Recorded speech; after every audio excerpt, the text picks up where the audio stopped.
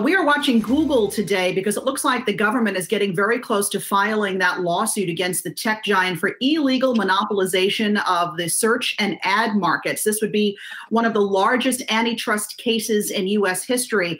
And our tech editor, Dan Howley, is on the case. Dan, what can you tell us? Have they filed suit yet? They haven't filed suit just yet. We're expected it sometime today. Essentially, what's going to go on here is we'll get the filing and we'll know exactly what kind of measures the government wants to look at. They basically are expected to say that it's because of their search dominance. Obviously, we all know that everybody Googles something. Literally, it's become a verb now.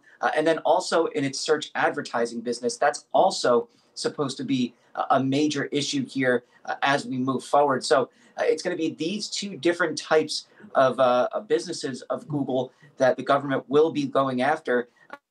They'll probably lay out the fact that that also lays the foundation for its advancements in other areas, such as its Android mobile phone operating system.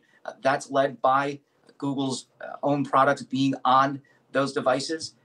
They have Google Search as the #1 search product for anything from different devices to different web services using Google. So it's not just the Google search bar that you use at the top of Chrome.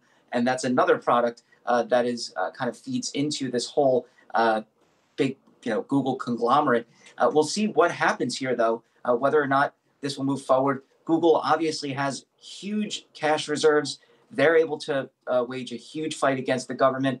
The government may not be able to, put up a similar fight, but we'll see how long Google actually wants to put as much energy into it as they have to. We remember what happened with Microsoft. The reason why they largely missed the mobile boat and Google came to prominence and Apple managed to blow up as big as it did was because of that suit that Microsoft had to fight against the Justice Department with regards to its own antitrust issues as far as not allowing internet browsers from third parties on its operating system.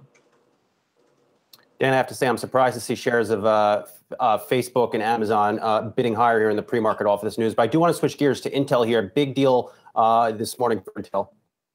Yes, that's right. They're going to be selling their Nand memory product line. That's basically a form of flash storage, and it's going to be going to Hynix. They're going to be selling it for billions of dollars, talking about a $9 billion deal here. And essentially what this means is Intel is largely exiting the memory space with the exception of the memory chips that it uses in its server business. That's really, going to be out of any kind of consumer products.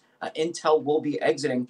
It was, a line that they wanted to get more out of, but they just never managed to do it. Memory sales used to be incredibly profitable, but there was a slowdown around 2018, and they started to pick up again, but not to the point that Intel wants. So they're going to be kind of just jettisoning this to Hynix, and they'll use basically their data center memory to stay in the game to a degree. But it really shows that Intel is trying to really focus itself more in the data center space. They still have their CPUs, obviously, but they're getting more and more competition from the likes of AMD, from the likes of NVIDIA. NVIDIA, by the way, still working on that deal for ARM. So there's a lot of moving parts, and Intel right now is basically just trying to shore up its defenses against those competitors. All right, Dan Howley, thanks for bringing us up to speed.